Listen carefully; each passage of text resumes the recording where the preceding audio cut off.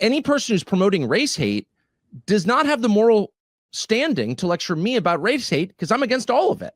We rebut bad ideas with what we think are good ideas, and we allow the marketplace of ideas to decide which are better. That is what we are committed to. But if the right won't stand up for that principle, the primacy of the individual, the sovereignty of the individual, the human soul, then what's the point of having a right? Well, there isn't one, actually. Tucker Carlson just ripped the eradication of free speech in America. And in this clip with Andrew Napolitano, he talks about how the American right has been complicit in this and shredding the First Amendment to our detriment, and what stand Americans should take in response to this. So let's watch. Please like the video and subscribe to the channel. I write a column every Thursday, and my column that comes out late tonight is called Tucker Carlson and the Freedom of Speech. It's about the bizarre efforts of Chuck Schumer and 40 Democrats in the United States Senate to censure you because of what you did not say on your podcast. How dangerous is it for people like you and me that are accustomed to unbridled freedom of speech today? And why is Schumer coming after you? What is he afraid of? Well, there are a couple levels. I mean, on one level, it's hilarious. I don't think my interview with Nick Fuentes is like a matter of national concern, really, given everything else that's going on. So it's like incredibly small bore, A. B, yeah, this is not just a foretaste. This is kind of where we are now with speech, where both parties have aligned against the core American freedom. In fact, the thing that makes America exceptional, which is the recognition that our right to say what we really believe comes from God, not government, and it cannot be abridged. And that's why it's the first item in the Bill of Rights, of course. So both parties are against that. Now, so that tells you what the future is going to look like. It doesn't reduce our obligation to do it fearlessly anyway, because like the right itself, the obligation itself is something that we're born with. That's my view. But there's something else that bothers me about this, which is it's of course identity politics. Now, I said in my interview with Fuentes, I'm totally opposed to anti-Semitism because I think it's immoral. My religion tells me that. And my sort of civic duty as an American is to say that, because if we allow tribalism to take hold here, the country will be destroyed.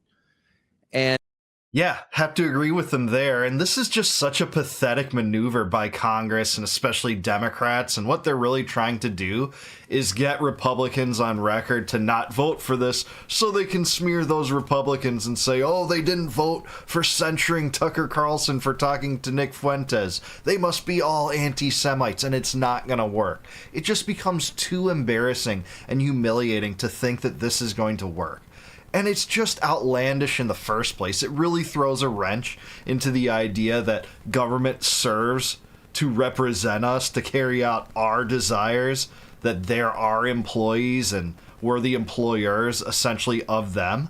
No, they won't do this to people within the government that are guilty of heinous crimes, up to and including mass murder, like the mass murder machine they unveiled in Iran, that they bankrolled in Gaza, that they fund and bankroll in Ukraine, like the Venezuela regime change they're preparing for right now. All the trillions of dollars in corporate welfare doled out. No, they're focusing their ire on Tucker Carlson, an independent journalist. Just think of that and how preposterous it is, because it truly is. And I really believe that. So I don't have any problem at all saying, I say it often and I mean it, anti-Semitism is immoral. But so is any kind of hate against any person on the basis of his DNA. Okay, we can't have blood guilt in the United States. Schumer and the ADL and a lot of the people who were jumping up and down about anti-Semitism, and I'm on their side on that, were the main purveyors of anti-white hate for decades, literally for decades, setting up a system more complex than Jim Crow to keep people down, to prevent people from getting jobs or getting into college or getting federal grants on the basis of their race. Okay. Yeah, this is exactly right. That's what affirmative action is. That's what DEI is, and the usage of the term whiteness as the only racial-based pejorative that's acceptable in society. It just is. It's only whiteness. If you try to use, a similar term for any other racial group, you're immediately lambasted as a racist. Yet the idea that whiteness should be, something to be ostracized at best and completely, eradicated at worst. That's just commonplace practice in the United States. So both sides do this. And the Zionists do this when talking about how this ethnic group has to be, this specially coded group that has their own DEI regime of sorts, and then we're just supposed to follow that when just 2 years ago you were smearing these kind of collective schemes to elevate one race over another. Well, you can't have it both ways. It's either all wrong or all right, and I say it's all wrong, and I'm with Tucker Carlson on this one. Okay, they did that. So the only way out of this is for people like Schumer and for the ADL to say out loud, all forms of hate on the basis of DNA, blood, are immoral, and we will join the fight against them, to repent from what they've been doing. And if they do that, of course, I will send them money and I will support them, because that's the most important thing. You see where this is going. Identity politics leads to Rwanda every single time. That will happen here.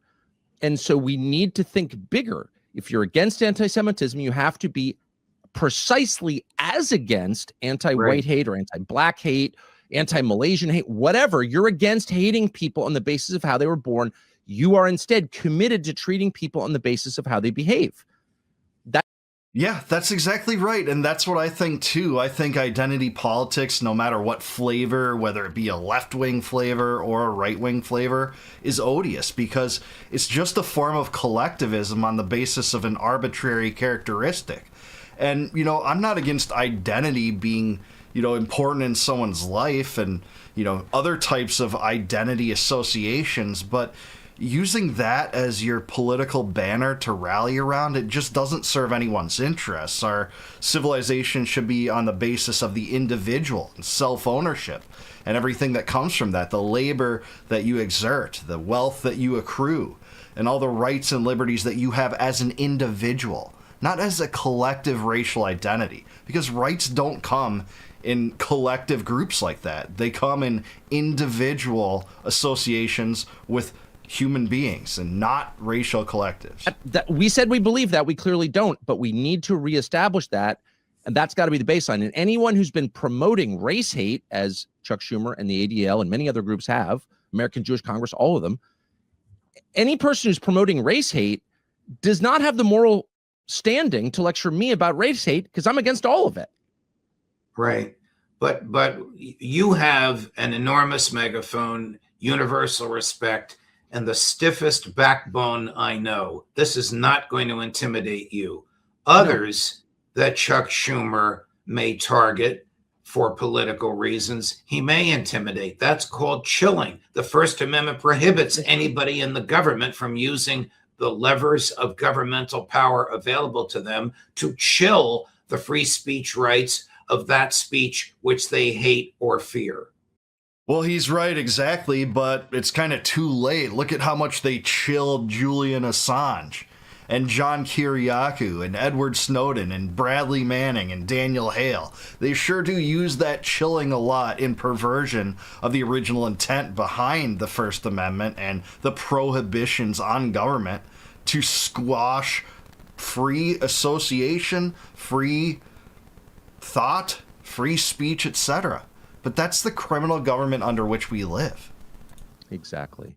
And you see it happening. I mean, it happened to the Heritage Foundation, and the guy who runs the Heritage Foundation comes out and issues a statement, partly on my behalf, which probably was not wise, and I get it, but I was friends with him. So, but really on behalf of the principle of freedom of speech, like you have a right to say what you think. And then if you don't like it, we debate it. We don't kill people. We don't deplatform them. We don't censor them.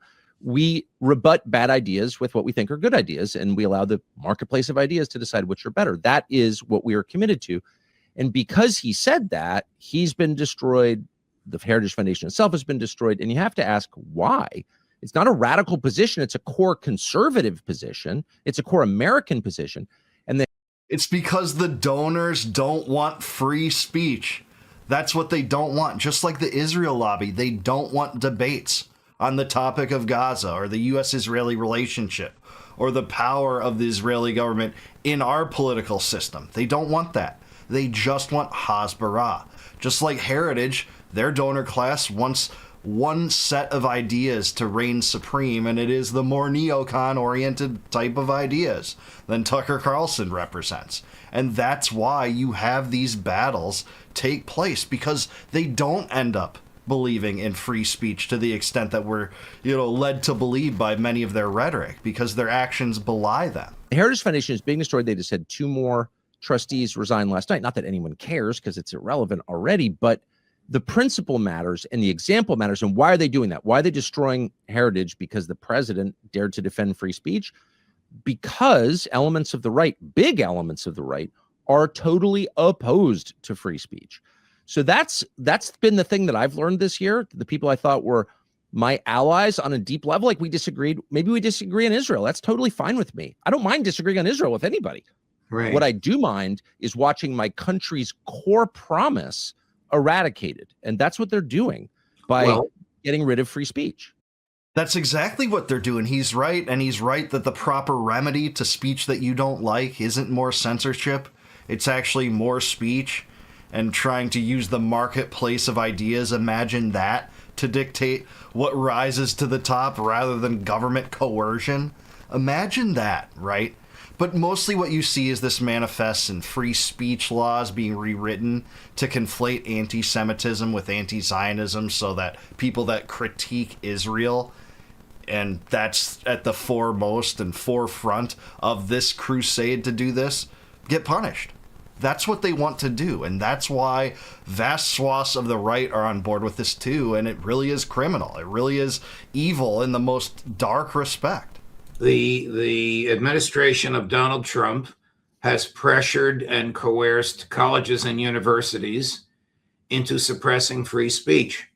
I mean, 2 years ago, you and I could have gone to Columbia University and held up placards saying we're in favor of the 2-state solution. If we did it today, they'd throw us off campus. If we were students, they'd kick us out of the school. That is government pressure coercing free speech, forcing people into a box. Right. You can say this because it's pro-Israel. You can't say this because it's pro-2-state solution. When I say pro-Israel, I mean pro-Netanyahu.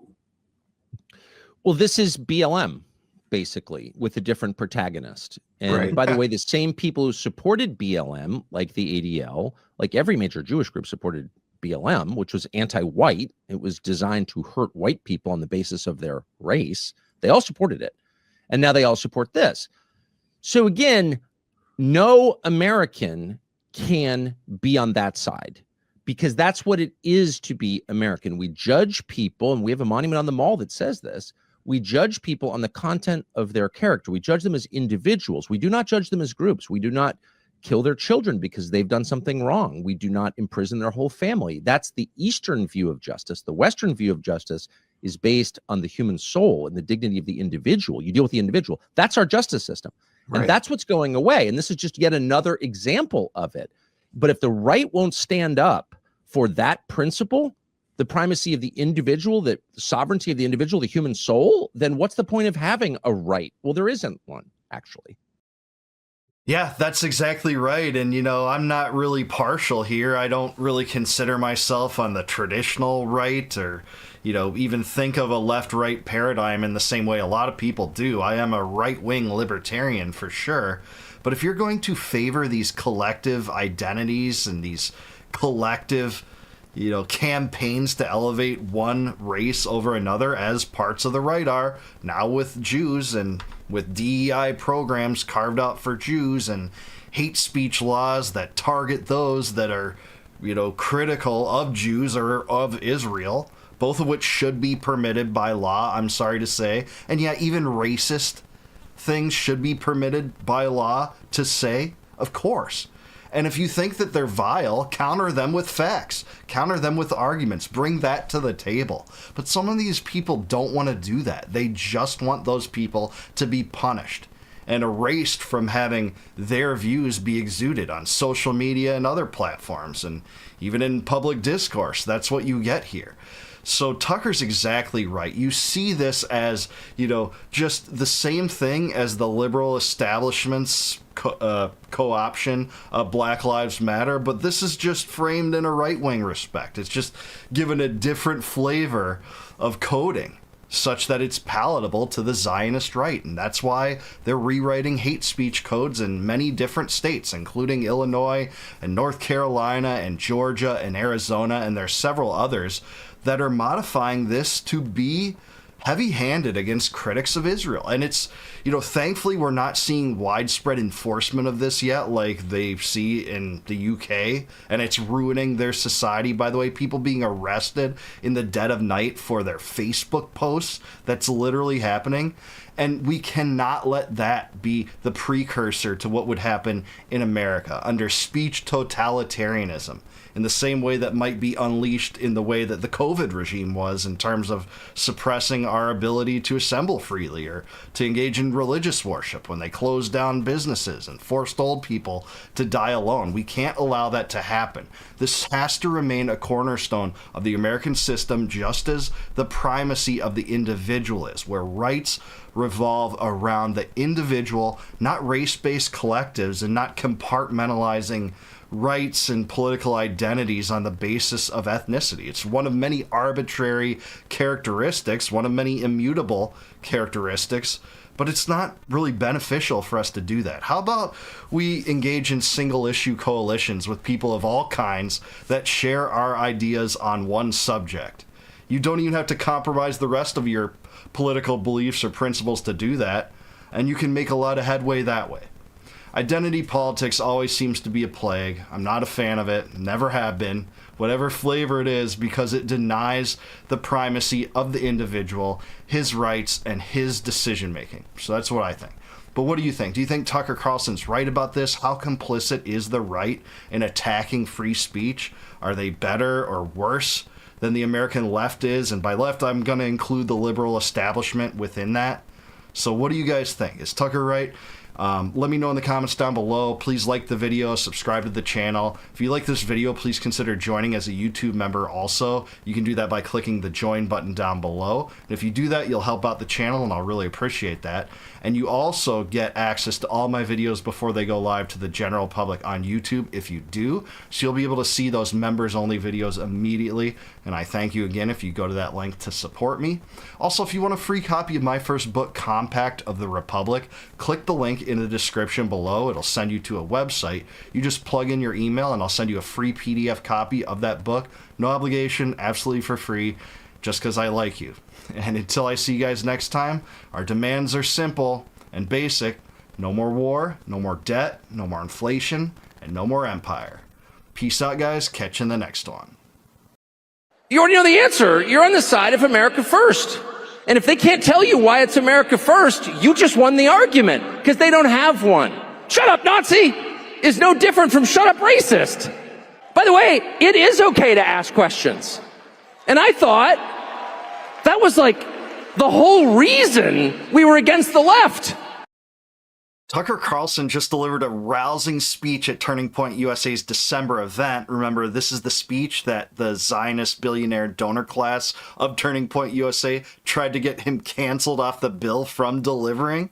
Well, he gets into the MAGA civil war here, the ramifications on the right in general and on the Republican Party, and why his take on this clash between Ben Shapiro and Candace Owens is actually pretty unique in context of the controversy. So let's watch. Please like the video and subscribe to the channel.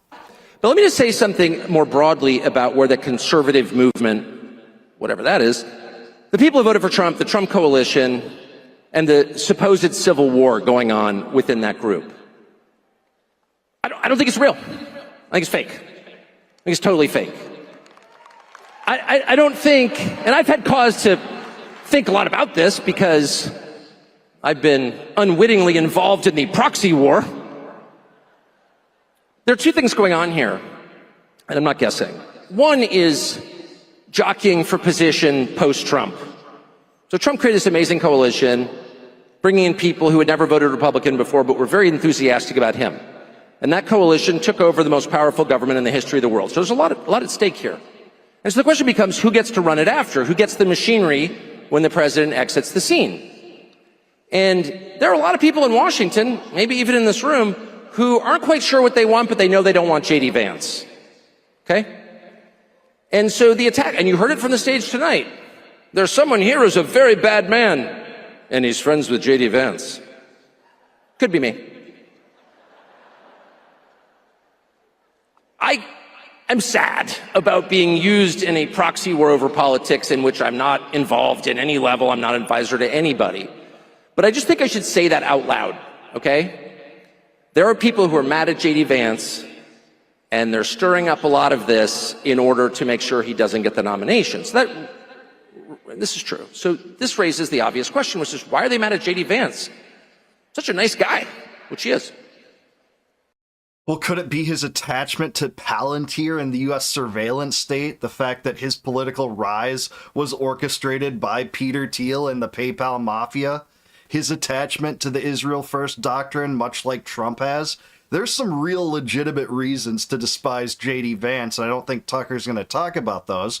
And I love Tucker. I adore him. I think he's right on almost all these questions, but not on J.D. Vance. And we really have to do some soul searching to find what the truth is behind this guy's political rise. He was basically astroturfed into power, becoming the vice president, and he is kind of the chosen one of that big tech, little tech mafia to bring in Vance and presumably give them better contracts and better opportunities to expand the surveillance state under Palantir and their dystopian schemes to unveil pre-crime programs, etc. I also don't agree that the MAGA Civil War is fake, not by any stretch.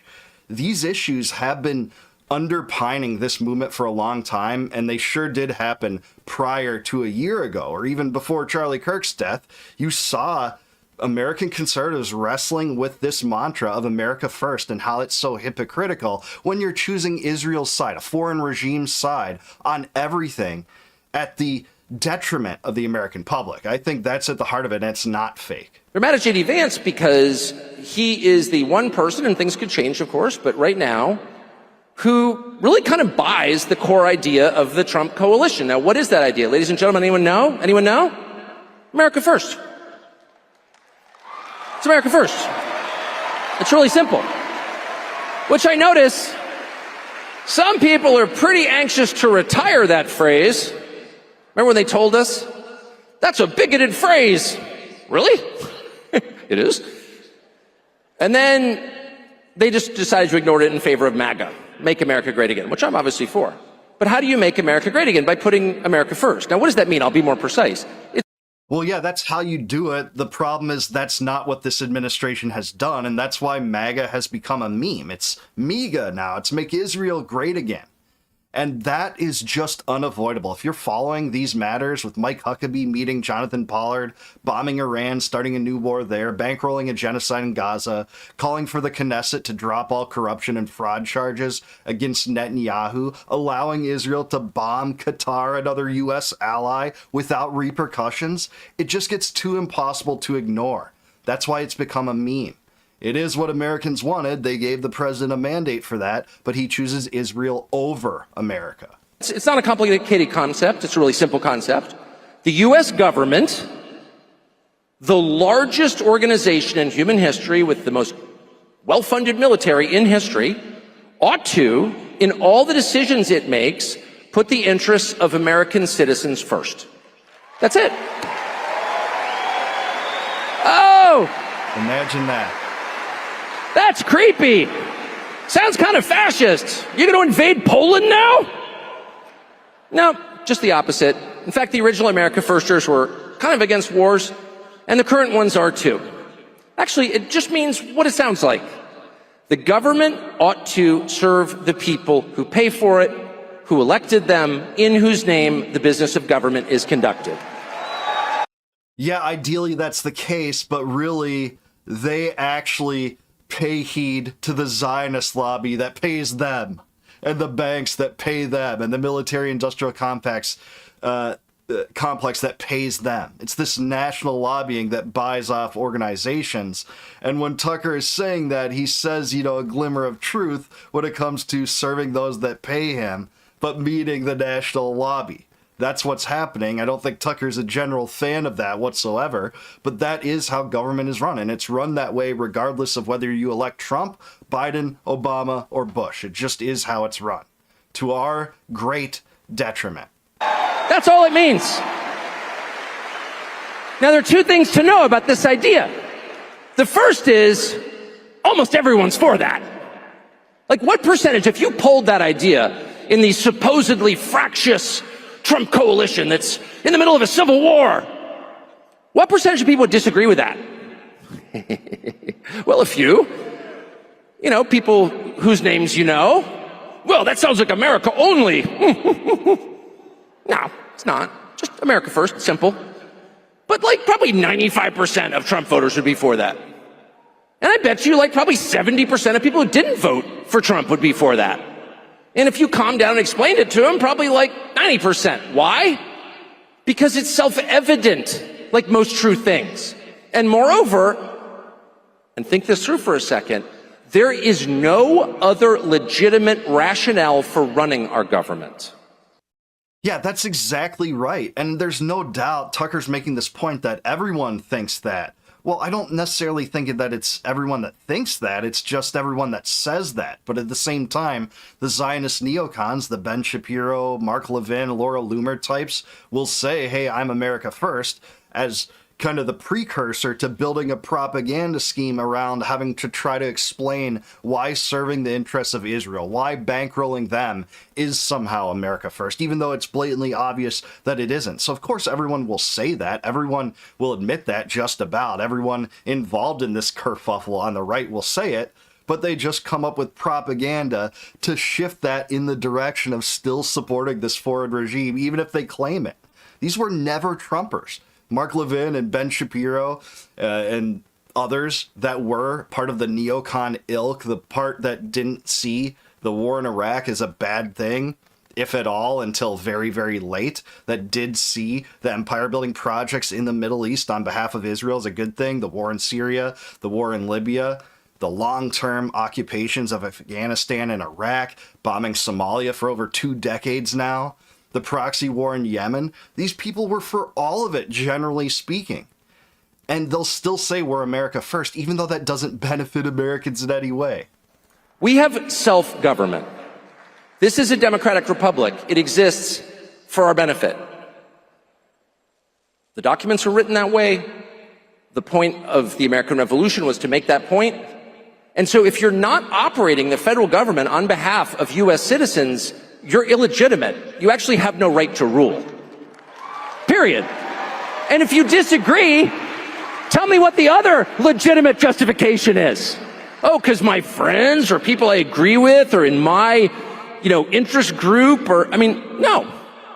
Yeah, Thomas Jefferson wrote in the Declaration of Independence that whenever any form of government becomes destructive to these ends, it's the right of the people to alter or abolish it and set up new government that more serves their interests. And the only genuine, benefit of government is the type of government that protects life, liberty, and property. We're so far off the rails from that. And I'm not even saying I totally agree with that. I'm even more of a voluntarist than Jefferson was.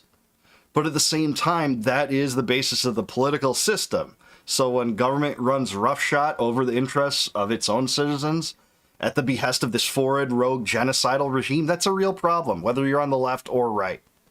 The government must, this is non-negotiable, operate on behalf of American citizens. So once you realize that that's the statement at the center of the debate, it all becomes pretty clear. Really clear, actually. It's not an ideological debate. There's nothing ideological about that. I've got all kinds of kooky ideological views. I love Knowles' list of all the views. I probably had most of them in my long and varied life. I have fewer now. I just kind of want to see a good faith effort to improve the country. That's it. And I'm ever aware that I'm not exactly sure the right way a lot of times. Are tariffs the best way to help the country? I don't know. I hope so. Not an expert. Spoiler, no, they're not. And only the American right could be so stupid for falling for the idea that more central economic planning and more taxation is the road to prosperity. It's the same thing that the left does when falling for the minimum wage. It's like, well, if you want a $30 minimum wage, why not make it $10,000 an hour minimum wage instead? And if you can answer why that's not the greatest idea, you should also be able to answer why 10,000% tariffs on Chinese goods isn't a good idea, or trade embargoes, or shutting down all foreign trade, or shutting down trade between American states, or shutting down trade between American citizens. The extensions of both of these arguments are preposterous. The right's generally accepted it now, and it is to our detriment. All I really care about is that the people in charge care, that they love the people they lead. That is the first and most important requirement of leadership. A father who loves his children may make mistakes, probably will, inevitably will. I did. But if he loves his kids, he'll do a pretty good job, and they'll be fine. An officer who loves his men, he can't control the battle, but they'll do better than the officer who doesn't. The president who truly loves his people will, over time, tend to make wiser decisions on their behalf. But the leaders who don't care at all, they'll destroy your country. And that is absolutely what we've had. That's, by the way, not noted as an effort to blackpill you, or an effort to discourage you or convince you have no agency or control. You have a lot of control. You just changed the government. Good. Yeah, something tells me that changing the government and just voting the bums out hasn't really changed it, though, because those entrenched lobbies still exist. So what you really need is to withdraw support from the system, to nullify the egregious, immoral, or unconstitutional edicts or laws from the federal government at a local level. That's what it really will take. So this voting the bums out strategy hasn't done much, despite how it's marketed, who gets in power, like Trump, claiming to drain the swamp. And just the swamp never gets drained. Instead, he surrounds himself with the deepest and dungiest swamp creatures imaginable. So forgive me if I think that the composition of the legislature isn't the exact problem here. It's the deep entrenched lobbies and the deep state operating these empire-building schemes, these corporate welfare schemes, these economic central planning schemes, regulatory schemes, police state schemes, surveillance schemes, at our great, great harm. But if you want to know what the debate is going forward and what your job is going forward, it's holding your leaders to that very simple standard. Not on tariffs or any of these specific policy questions necessarily, but on their motive. Can you look me in the face and explain to me why the thing that you are doing, the money you're appropriating, can you tell me why that helps our country and our people? Tell me how. And if you're doing the whole shut up racist thing, then I have a right to question your motives, actually. Why can't you answer the question? Why can't you answer that question? Why do you have to imply that some college kid is like some kind of Hitlerite or something because he's asking about an event? Like, what? Or pledging solidarity with the poor beleaguered peoples of Gaza just because they're on the opposite side of this rogue regime that America's funding, that you're just going to call them, oh, they've chosen the side of Hamas. They're terrorists. They're terrorist sympathizers. That's just part of the Zionist neocon propaganda plan. And Tucker's exactly right. The whole shut up racist thing that the liberal establishment used to do and still does to some extent, it's just been replaced by a slightly tainted right-wing flavor of that same strategy. And that's shut up, anti-Semite. It's the same strategy. It's wokeness on both sides of the coin, and you're seeing the right deploy it in spades right now. By the way, it is okay to ask questions. And I thought that was like the whole reason we were against the left. They're not going to force you to get up there and make ritual denunciations because this isn't my religion, it's politics. By the way, your politics do not trump my love for other people. I remember my brother once said, I have one brother who's my best friend, and he once said something lunatic, as brothers do. And I remember all these reporters, one from the Washington Post, which used to be a newspaper in Washington, calling me and being like, will you denounce your brother? I said, son, if my brother went on a drug-related murder spree, I would not denounce him. What? Are you for drug-related murder sprees? No, I'm for my brother. And nothing will ever make me not for my brother. Now, I'd probably tell him no more drug-related murder sprees for you. I'm not for that. I'm not for a lot of things, actually. But I will never, ever denounce people I love to satisfy the mob. Amen. That is the mentality we all should have as dissidents. And I don't I don't disavow or condemn anyone on demand. That's just being led and coerced into a position someone else wants you to have. So even if someone said, Dave, denounce Ben Shapiro right now, or you're going to have to be disregarded entirely, I'd say no.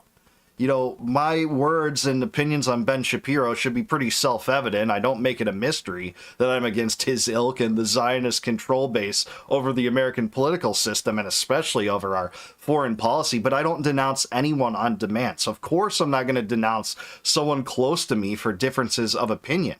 People that I love don't just have that love severed by me being able to smear them in public for the benefit of someone's political cause. Not whatsoever. So I won't even smear people on demand that I've smeared, because that's Orwellian. I don't get led that way. I have my own opinions. I'm my own sovereign man. Right?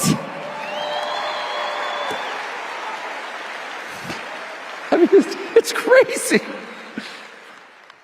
So as you think through, like, what should this movement be, and what side should you take on the conservative civil war? You already know the answer. You're on the side of America first. And if they can't tell you why it's America first, you just won the argument, because they don't have one. Shut up, Nazi is no different from shut up, racist. It's a little more annoying, actually. Yeah, that's exactly right. It's the same scheme, the same propaganda tool to try to collectivize people into groups and lead them into political directions that you seek and you wish them to be led into, getting kind of the best benefit from your position that you can, using the propaganda apparatus to do it, where every legitimate criticism against Israel is just called anti-Semitic. Americans are having none of it anymore. A lot of us aren't. Some people are still scared by those tactics, but those tactics are being so tired and worn out. You can only cry wolf so many times before the wolf actually appears, and it turns out that all the times in which you cried wolf, where there was no wolf, have already tarnished people's opinions on this, and that's what's happening. That's what's happening on the American right. This attachment to Israel, this rigid attachment to Israel that basically almost everyone on the right used to have, save, Ron Paul and Pat Buchanan, is just being dropped by vast swaths of the right now. The distant left has been right on this a long time. Praise to them. And good for you if you were on that side. Well, on the American right, it's too few and far between, but it is happening more and more, especially among younger age groups. You're seeing that in the Turning Point USA audience. You saw that in their, I believe, July event with Tucker Carlson there and Dave Smith debating Josh Hammer there, where Dave Smith got more pops arguing against the pro-Israel attachment, and Tucker Carlson saying, well, Epstein probably worked for Israel. And we've substantiated that since that, but he got a lot of props for saying that. And not only did he say that, which, by the way, the Zionist billionaire donor class of Turning Point USA didn't want him to say, he also said, it's not innately anti-Semitic to criticize Israel, and we should never pretend it is. And it's actually villainous if someone says that it is, because that's wrong. Well, again, this is where the American youth are being led, and this is at the crux of the Civil War in MAGA. And I talked to Dave Smith about this recently, and one of the points he said is that, whether or not Civil War is the right term for this or not, there's certainly a schism on the American right on this issue, and it's been happening long before Charlie Kirk's death. So people like Tim Pool and Matt Walsh, who claim that that was the start of this rift, are just plain wrong. This issue has been apparent all over the American right, especially since October 7th. What happened after it? America getting dragged into war, giving Israel $25 billion, treating freaking Jonathan Pollard, the convicted Israeli spy that gave U.S. secrets to the Israeli government at the height of the Cold War, which were then passed on to the Soviets, by the way, treating him like royalty, and then having the president's spokesman say, we stand with our ambassador. It's just rubbing too many people the wrong way. And Charlie Kirk's letter to Benjamin Netanyahu is very emblematic of the schism. He's saying, we're getting our asses handed to us. I can't justify Israel's atrocities in Gaza anymore. We need more than this crazy, stupid Hasbara line, and I refuse to be the middleman for it anymore. Charlie Kirk was an ardent supporter of Israel for most of his life, but at the end of it, he was turning against it. That pissed off the Zionist billionaire donor class in his own organization and led to him 48 hours before his death sending into a private chat room the idea that I have decided to leave the pro-Israel cause. And not only should we have Tucker Carlson speak at this very event, that speech you just watched was the one that he wanted to invite Tucker Carlson to, you know, to the chagrin of Bill Ackman and Robert Schillman and other donors to his organization. He also suggested in that same chat group, maybe we should invite Candace Owens too.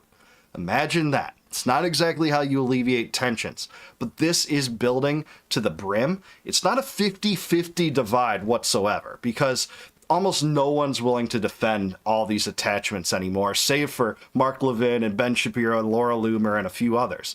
But it's like, there's a stark contrast between the support level of someone like Tucker Carlson, the most prominent voice on the American right, and someone like Mark Levin, who has 1/4 of this channel's subscribers on his YouTube. And by the way, I don't consider myself anyone. I'm a nobody, but I still have much more support on YouTube than Mark Levin does at this point. That's pretty telling. There is a divide. It's not a 50-50 divide, but you can see that this Zionist class is in the death throes, trying to maintain relevancy in an age where Americans are rejecting it, really for the first time on the American right. But what do you guys think? Do you think I'm right? Do you think Tucker's right? What is the crux of the MAGA civil war? What are your thoughts about J.D. Vance? What are your thoughts about how this is going to affect Republican politics going forward? Will there be some time in which you get Republican candidates up there saying, I don't want any foreign aid going to Israel? How soon will that be, if so? Let me know in the comments down below. Please like the video, subscribe to the channel. Also subscribe to Tucker. Great speech. There were some other good moments tier 2. I liked that segment. I thought there were some interesting themes in there, though I disagree that this is fake. I certainly don't think that this struggle is a fake struggle. I think it's very tangible and very relevant, and I'm glad to see it's playing out. Also, if you like this video, please consider becoming a YouTube member by clicking the join button below. If you do that, you can help support the channel. And if you do that, I'll give you immediate access to all my videos before they go live to the general public on YouTube. And I'll really appreciate your support if you do. You'll be able to see those members-only videos right away if you do. And also, if you want a free copy of my first book, Compact of the Republic, click the link in the description below. It'll shoot you out to a website. You just plug in your email there, and I'll send you a free PDF copy of that book, free of charge, no obligation, just because I appreciate your interest. And my demands are simple, as always. No more war, no more debt, no more inflation, and no more empire. Peace out, guys. Catch you in the next one.